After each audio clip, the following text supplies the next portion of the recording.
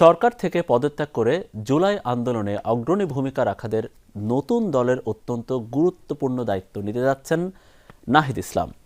শহীদ মিনার থেকে যার কণ্ঠে শোনা গিয়েছিল শেখ হাসিনা পতনের এক দফার ঘোষণা, এরই মধ্যে দলের গঠনতন্ত্রের খসড়া চূড়ান্ত হয়েছে। চলছে নাম ও প্রতীক বাছাইয়ের তৎপরতা। ২১ ফেব্রুয়ারির পর যে কোনো দিন আত্মপ্রকাশ করবে নতুন রাজনৈতিক দল। এতে জানা যাবে কে কোন পদে থাকছেন।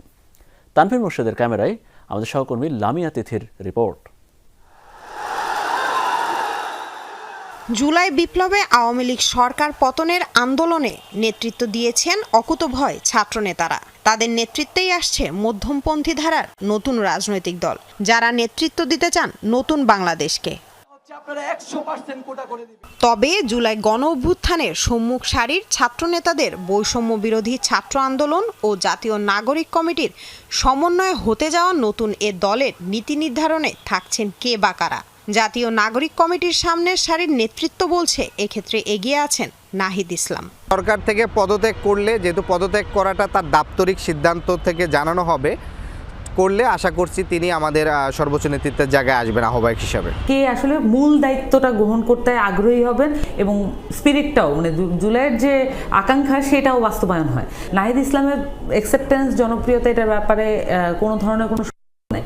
যদি দলে আসতে চান তাদের জন্য ওয়েলকাম, কিন্তু তাদেরকে অবশ্যই সরকারের পদ থেকে পদত্যাগ করে আসতে হবে। দলের দায়িত্ব নিতে যে কোনো সময় উপদেষ্টা পদ ছাড়ছেন নাহিদ। কাঠামো চূড়ান্ত হইলে সে সর্বোচ্চ নেতৃত্বের জায়গায় নীতি নির্ধারণী ফোরাম চিন্তা করছে। উপদেষ্টা পদত্যাগের তারিখ তো আসলে এটা উপদেষ্টা ঠিক করবেন, এটা আমরা সেভাবে বলতে পারছি না, যেহেতু তিনি সরকার একটি ক্যাবিনেটে আছেন এবং সেখানে অন্যান্য উপদেষ্টা এবং তাদের ক্যাবিনেটের সিদ্ধান্ত আছে, তার দপ্তর থেকে সেটি স্পেসিফিক তারিখ জানিয়ে দিবেন। এরই মধ্যে নতুন দলের কাঠামো গঠনতন্ত্র কেমন হতে পারে এর খসড়া চূড়ান্ত করেছে জাতীয় নাগরিক কমিটি ও বৈষম্য বিরোধী ছাত্র আন্দোলনের নেতারা। এরই মধ্যে অনলাইন অফলাইনে দলের কিছু নাম ও প্রতীকের প্রস্তাবও পেয়েছেন তারা। চলছে দল গঠন নিয়ে মতামত ও সদস্য পদের আবেদন যাচাই।